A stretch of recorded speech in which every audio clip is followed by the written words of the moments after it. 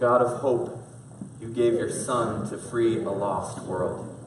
You give your Spirit to comfort and encourage. You give us hope for a future free of pain, sorrow, and tears. In gratitude, we bring you these gifts. May your kingdom come and your will be done in us and in our city. Amen. Amen.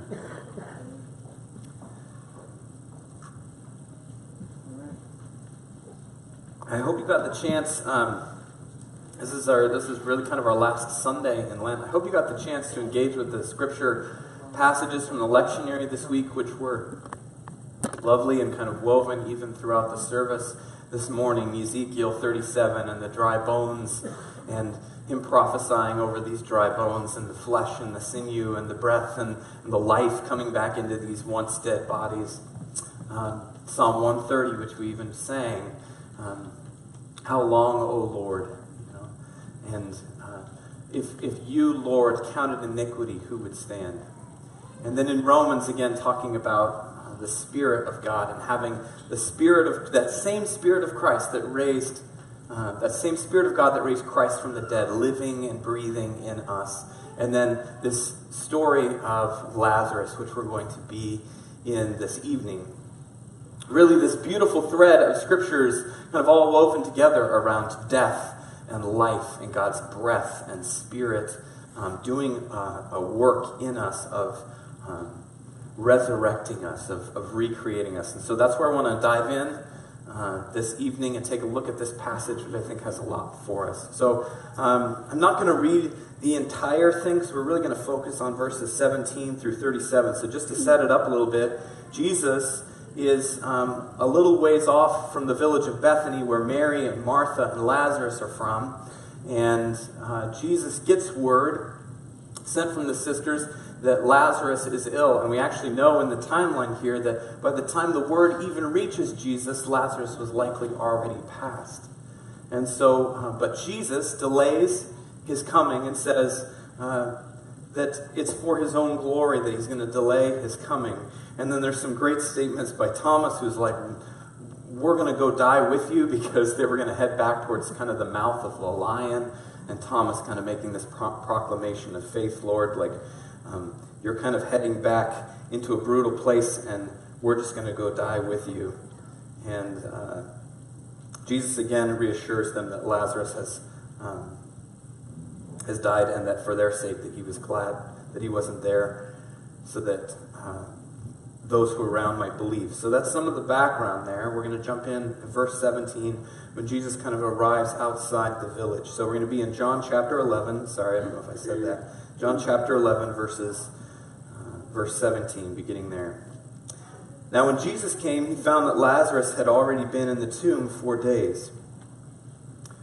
Bethany was near Jerusalem, about 2 miles off, and many of the Jews had come to Martha and to Mary to console them concerning their brother. So when Martha heard that Jesus was coming, she went and met him. But Mary remained seated in the house. Martha said to Jesus, Lord, if you had been here, my brother would not have died. But even now I know that whatever you ask from God, God will give you. Jesus said to her, your brother will rise again. Martha said to him, I know that he will rise again in the resurrection on the last day. Jesus said to her, I am the resurrection and the life. Whoever believes in me, though he die, yet shall he live. And everyone who lives and believes in me shall never die. Do you believe this? She said to him, yes, Lord, I believe that you are the Christ, the Son of God, who is coming into the world. When she had said this, she went and called her sister Mary, saying in private, the teacher is here and is calling for you. And when she heard it, she rose quickly and went to him. Now Jesus had not yet come into the village, but was still in the place where Martha had met him. When the Jews who were with her in the house, consoling her, saw Mary rise quickly and go out, they followed her, supposing that she was going to the tomb to weep there. Now when Mary came to where Jesus was and saw him, she fell at his feet, saying to him, Lord, if you had been here, my brother would not have died. When Jesus saw her weeping, and the Jews who had come with her also weeping, he was deeply moved in his spirit and greatly troubled, and he said, where have you laid him? They said to him, Lord, come and see. Jesus wept. So the Jews said, "See how he loved him." But some of them said, "Could not he who opened the eyes of the blind man also have kept this man from dying?" Then Jesus, deeply moved again, came to the tomb. It was a cave, and a stone lay against it. Jesus said, "Take away the stone." Martha, the sister of the dead man, said to him, "Lord, by this time there will be an odor, for he has been dead 4 days." Jesus said to her, "Did I not tell you that if you believed, you would see the glory of God?" So they took away the stone, and Jesus lifted up his eyes and said, "Father, I thank you that you have heard me. I knew that you always hear me, but I said this on account of the people standing around, that they may believe that you sent me." When he had said these things, he cried out with a loud voice, "Lazarus, come out." The man who had died came out, and his hands and feet bound with linen strips, and his face wrapped with a cloth. Jesus said to them, "Unbind him and let him go."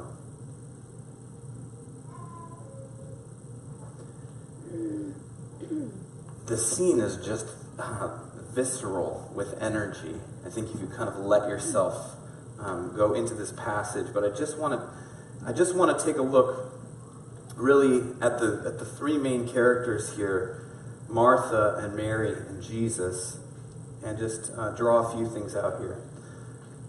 So Jesus delays his coming, and when he gets the word from the sisters, they bring a very simple message, as friends of Jesus would. Not making any claims, saying, "Lord, we need you to do this." They don't ask for anything. Don't you find that interesting? They don't ask for anything. They just say, "Lord, Lazarus, who you love, he's sick." And that's enough for them. They just lay that at Jesus' feet. His delay, I think, could have seemed hurtful to them. He could have come sooner. He could have responded right away. But he didn't. I think this is fascinating for us as we look at how the Lord's timing can often feel this way to us, how it can appear to be hurtful. But Jesus has something else in mind. And so he comes. Eventually he comes. And when he gets there, Martha hears that Jesus was coming, and she hits the door. And she goes running.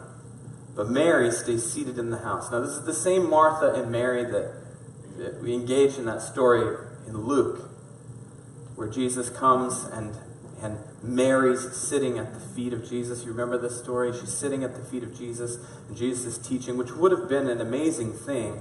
She would have been crossing all kinds of barriers there, because the place for a woman was not at the feet of a teacher.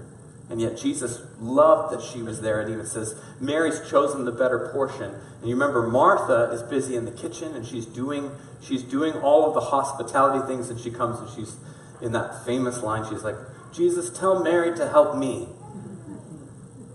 And Jesus rebukes her and says, "No, she's picked the better thing, Martha." So we get this picture of Martha and Mary, and we tend to kind of put them in these boxes. And this is a very different story with Martha and Mary. And I think fits with what we see and what we've seen already of their personalities. Martha, we know, is maybe a little bit more of that busybody, one who's moving and doing, and that's the way in which she interacts. She's prone to that doing. And so when Jesus comes, in her grief, she goes. She hits the door, and she's going straight to him. We'll come back to Mary in a minute, but this is Martha's response. And so it fits kind of that previous interaction, that Martha, Martha, Martha scene. But here her activity pushes her out the door to run and meet Jesus. And despite her disappointment that Jesus didn't come earlier, she's still up and out the door. And in a short moment, she's right in his face, doing what? Telling him about her disappointment. First thing out of her mouth, "Lord, if you had been here, my brother wouldn't have died." She expresses her disappointment to Jesus. But the beautiful part about Martha's statement is that even her disappointment doesn't drown out her hope, because her very next phrase, the very next thing, she says, but even now, I know that whatever you ask God, God will give it to you. What an amazing thing to say to Jesus in this moment. I have no idea what Martha's expecting in this moment. Is she expecting Jesus to raise Lazarus from the dead? I don't think so. But she's expecting something. And she knows, she has some kind of faith in Jesus, that she makes this statement, I know even now that whatever you ask of God, He'll give it to you. Her faith trumps her resentment. It overpowers it. I don't think she knows what to expect, but only that she can expect something in light of what she knows of Jesus. A miracle, perhaps, but she's expectant of some kind of generous mercy of some kind. And Jesus responds, your brother is going to rise again. Those would be pretty exciting words to hear. And Mary says, I know he's going to rise again. And what we see in this interaction is a little bit of Martha's Sunday schoolism coming out. She's been taught something. She knows something. She knows a theological truth. So when Jesus says, your brother will rise again, it's kind of like somebody saying, when a loved one passes away, you're gonna see them again. And you're like, yeah, I know that. Yes, Jesus, I know the Sunday school answer. I'm aware that there's a resurrection coming and that my brother will live again.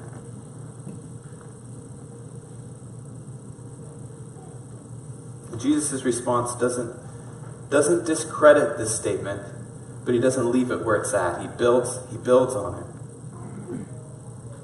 He exposes it for being incomplete. Jesus doesn't discredit her proclamation of faith, he just bolsters it up. He says, you're right. You've got it right. You're right. It's just not the full picture. You're right. The thing about the resurrection is, oh Martha, I'm the resurrection. I'm the life. I am that resurrection. I am that life. And that last day that you're talking about is here, right now, is today. This abstract theological truth that is somehow become your reality. And Jesus says, no, the reality is me. The future event isn't in the future, it's in the present.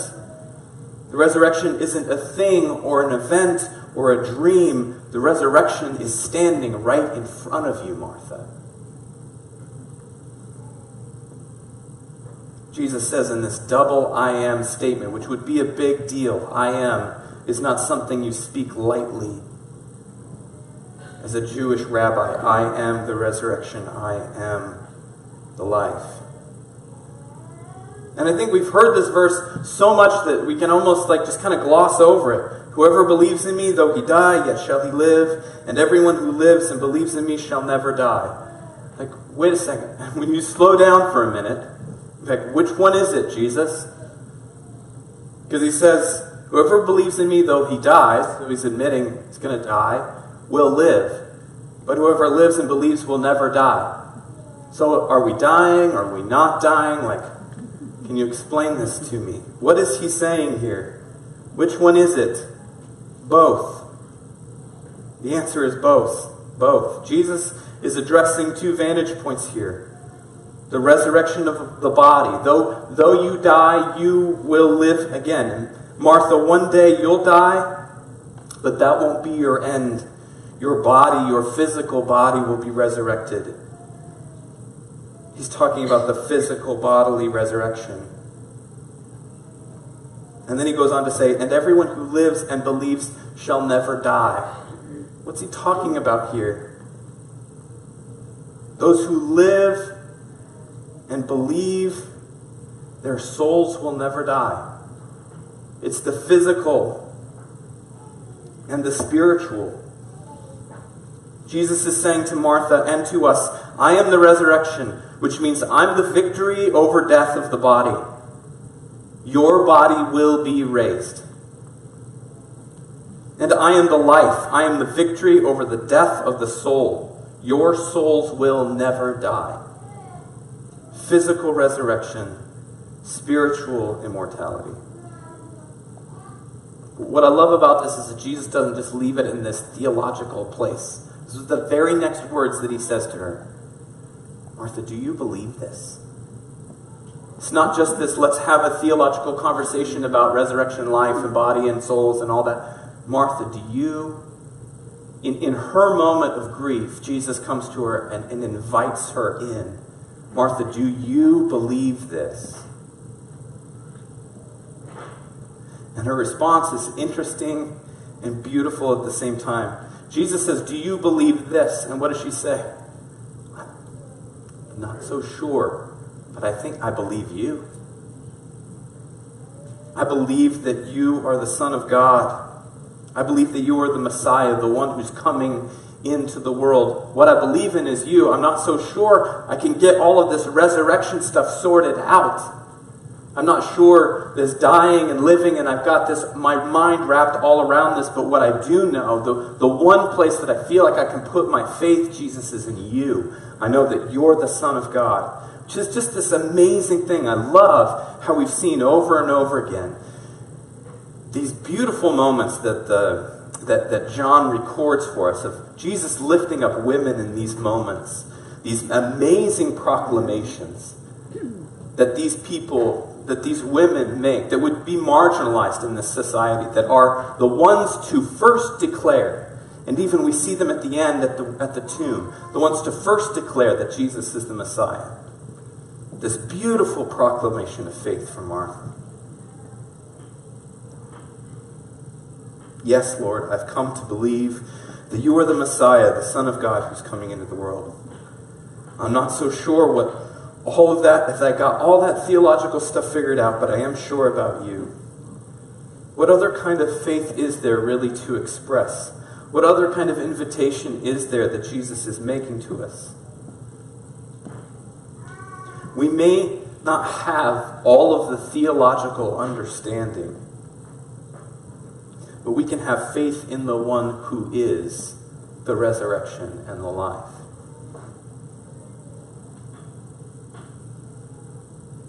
With Martha, we see an interaction here that's fitting with the details of what we know about her. She's active and she comes and she meets Jesus in this place, and she comes to speak with him face to face in her grief. And Jesus meets her in that space of spiritual understanding and faith. He takes her faith and he invites her into it. And so in some ways it feels like we know she's a woman that's grieving, but in some ways it feels like Martha's interacting with Jesus in this face-to-face place, this conversation, really a theological conversation that Jesus ends up saying, this is about me. That's the picture we get of Martha. And so the Martha runs and gets Mary. And Mary's responded really differently. The same Mary who was at the feet of Jesus, hanging on every single word, in her grief and in her sorrow, is in her house, broken down with sadness. And the news of Jesus coming doesn't draw her out. The weight of her grief and her sorrow and her suffering hangs over her like a dark cloud. And so even upon hearing that Jesus is on his way, that's not enough for her. She's in a dark place. She's overcome. And it isn't until her sister comes and says, the teacher's calling for you, that she responds.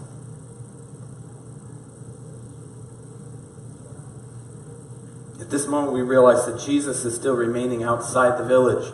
You get that picture of like, he's come close, but not all the way in. It's as if he's out there because he really wants to have these conversations with Mary and Martha before he comes in and the crowd and everybody else is on top of this situation. And so he calls for her. In his compassion, he calls for Mary. And now this is enough for her. Which is really interesting in the Greek, where it says she rose. That word is not a word that gets used very often. It's a word that actually, she rose, is the same word that we use for he rose.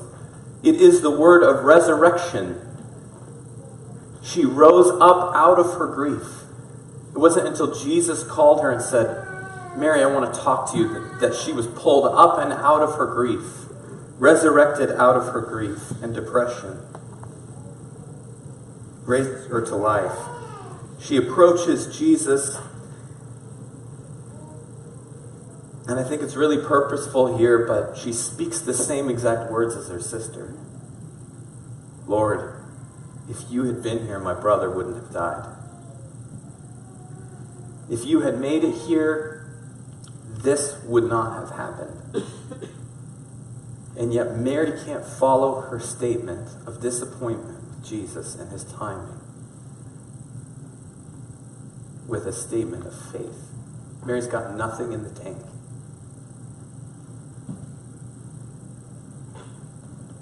All she can do is throw herself at his feet and weep. Even here at the feet of Jesus, all she could bring is her grief and her tears. And look at how Jesus responds. He doesn't try to have a theological conversation with Mary. He's not saying, what do you believe about the resurrection, Mary?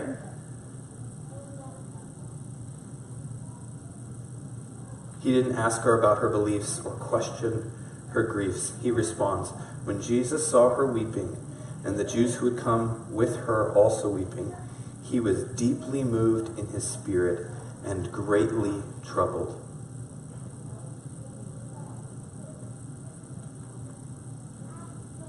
Jesus meets Mary where she is, in her grief, and he's deeply moved and troubled. This phrase is going to come up again when he gets to the tomb, and it says again, he was deeply troubled. The imagery here, the English doesn't help us out in any way. Deeply troubled makes it sound like he was, I don't know. It's way more extreme than that.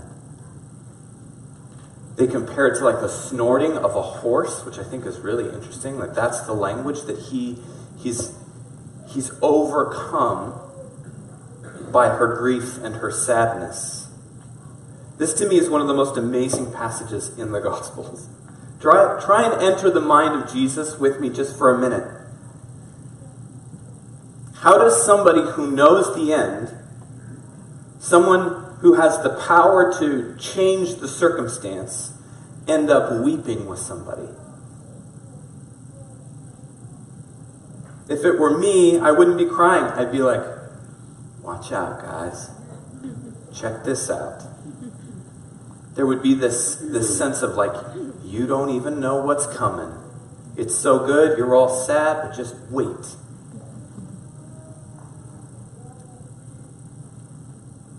He knew that this wasn't the end for Lazarus. He knew the purpose of this moment was the glory of God. He already stated it before he even got here. He knows the purpose and he has the power to change the circumstances. If you were in this moment, knowing all of this, would this be your response? I don't think it would be mine. And yet he weeps. He's drawn down into her grief and her trauma, into what is perhaps one of the greatest displays of Jesus' love through his presence. So two things I think we can learn from Jesus' tears. First, his presence is love, is perfect love. Jesus is present to Mary. This passage shows us that when we say Jesus is with us, it doesn't mean that he's somewhere out in the future where he knows all will be well. It means when we say Jesus is with us, it doesn't mean he's somewhere out in the future where he knows all will be well. It doesn't mean that. No, the beauty of the humanity of Christ and the incarnation of Jesus is that he came down to dwell among us, that he is present to us in our grief. He's present to us in our brokenness. He's present to us in our suffering. So the gift of these tears is a gift of his loving presence. Second, the tears are proof that he isn't just a fixer. He doesn't run to fixing. It's really countercultural for us in our spiritual formation groups. We've tried to create a culture when people share something vulnerable to not jump right to trying to fix each other. Because there's something about us as Christians where we go, what I want to do is I want to tell you this verse that is going to fix you. Or I want to tell you how I've been through the same thing that you've been through and I've turned out better on the other side. And in these groups we try to say, don't do that. Even to the point where we've said, maybe it's not always wise to hand the Kleenex box over to somebody. Because even that implies, please stop. This is uncomfortable for me. Versus saying there's something to sitting in the tears. Jesus' work doesn't run to fixing. We know that one day he will make all things new, but that moment isn't here yet. Here, Jesus shows us that there's more to redemption than fixing things. There's more to redemption than fixing things. There's a redemptive force to our tears, to our empathy, to our solidarity. Jesus doesn't hover above or outside of our suffering. He allows himself to be fully engulfed in it. Come to grips with this just for a minute. The same man who just said, I am the resurrection and the life, is bawling.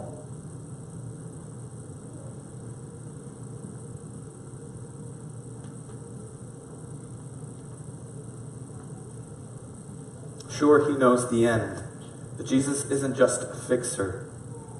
Jesus enters in with us into our grief and sorrow.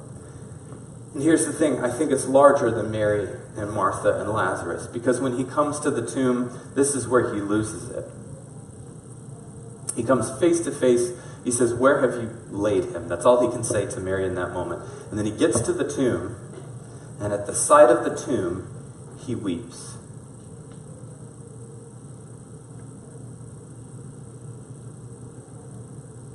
This is why I think this is such a powerful story for us as we enter into Holy Week and Good Friday and Easter.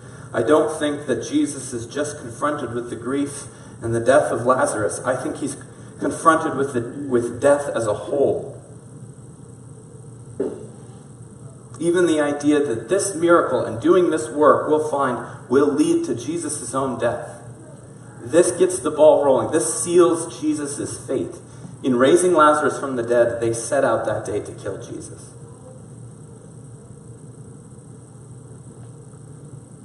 I think he's confronted with death as a whole. And it undoes him. I think the tomb in the garden is too graphic a reminder of Eden gone bad, of paradise lost, and a cold, dark tomb that he will have to enter in order to restore that Eden.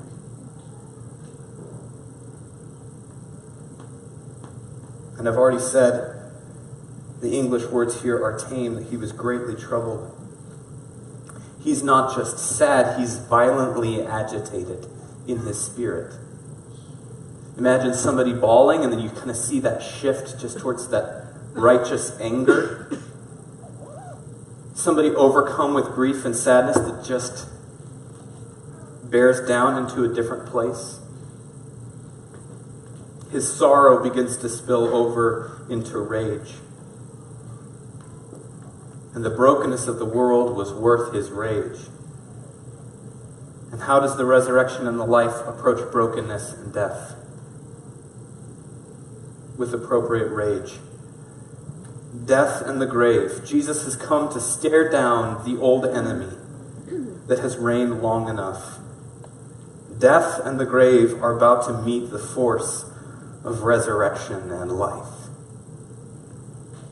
And in a loud voice, he yells out for Lazarus to come out. And Lazarus comes out, and in this moment, we get one of the clearest displays of what Jesus is all about, short of the cross. that he has come to do battle with death, and death will not have the last word.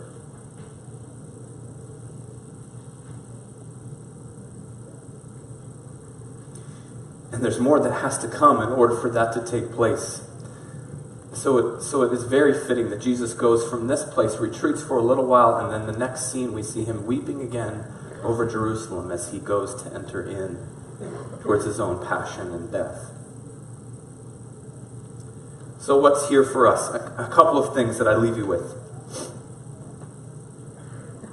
Jesus meets us where we are. I know that maybe sounds a little trite and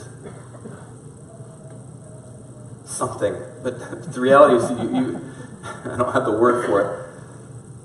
But Jesus meets Mary and Martha where they are. He meets Martha face to face in this theological place.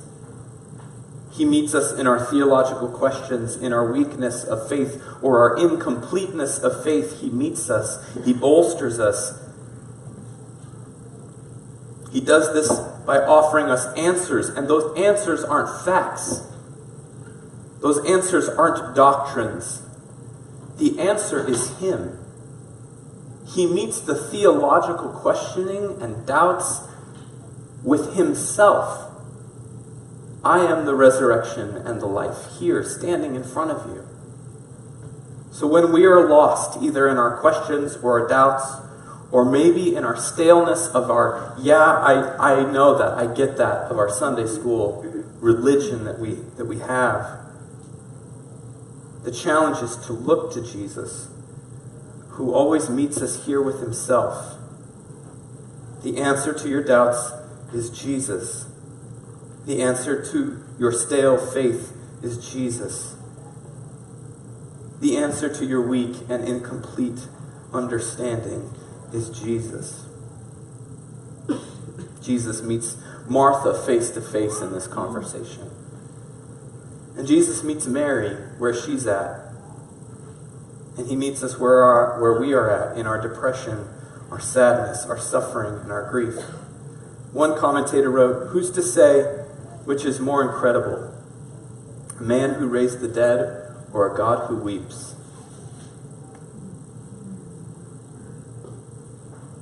Allow yourself to receive the comfort of a God who weeps with you. Not one who rushes to fix. That's our reality we live in all the time. Like, God, why don't you fix this? And guess what? Like, someday he's going to. But we still live. I was kind of overcome with it sitting in the back of the room. You look over and there's plenty of crap that we've had to deal with in our lives. Like, just represented in nearly every face I can look at that I know. So there is this sense in us, this longing, this deep longing. And just because we know the answer doesn't mean that we don't have a God that sits with us in that place. Isn't that the reality of the Passion? Isn't that the reality of what we go to explore? This week is the story of a God who enters into the very deepest places for us, into the very heart of the lion with us. So allow yourself to receive the comfort of a God who weeps with you. And as we enter into this week, into the Passion of Jesus, let us remember that we have a God who weeps, a God who bears a holy anger, a God who does not hover over our suffering and our weakness, but a God who becomes suffering and weakness for us in order to redeem us. God willingly walks into the heart of the tomb in order to swallow up its power forever. And the ending will be more than a resuscitation of a friend who got sick.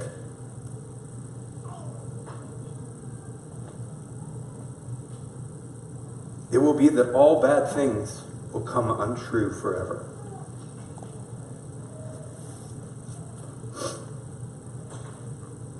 So we come today. We come with our doubts and our wrestling. We come with our tears, with our anger at the twistedness of it all, and we come and we receive this bread and this wine. We come and receive Jesus, the resurrection and the life given that we might live. His very body broken for us, his very blood poured out for us in order that we might live.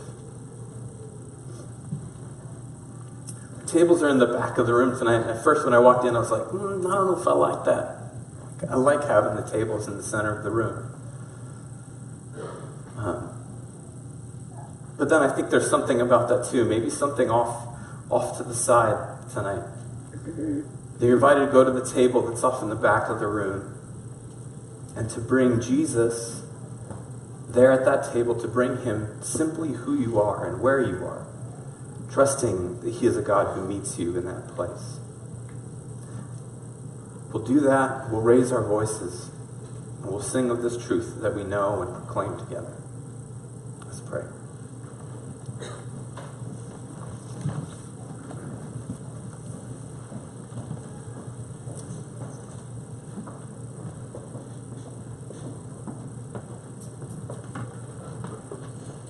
Jesus, we thank you that you meet us where we are. Help us to come to you as we really are, not as we think you want us to be, but just simply as we are. We trust, God, that there in that place that your Spirit will breathe into our dry bones. Give us life where we are dead.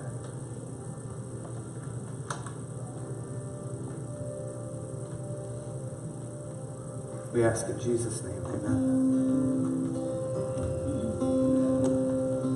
Stand together.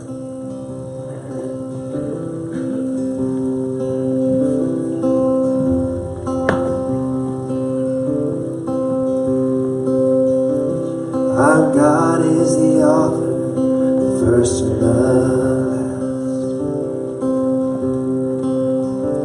And his works, they resound through the generations past. From creation to the Savior, to the world we now see. Our God is sovereign in the power that he gives.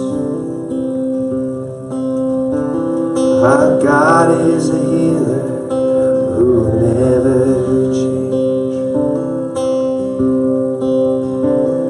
Defender of the weak and a shield for the saint. And he binds up the broken and raises the dead.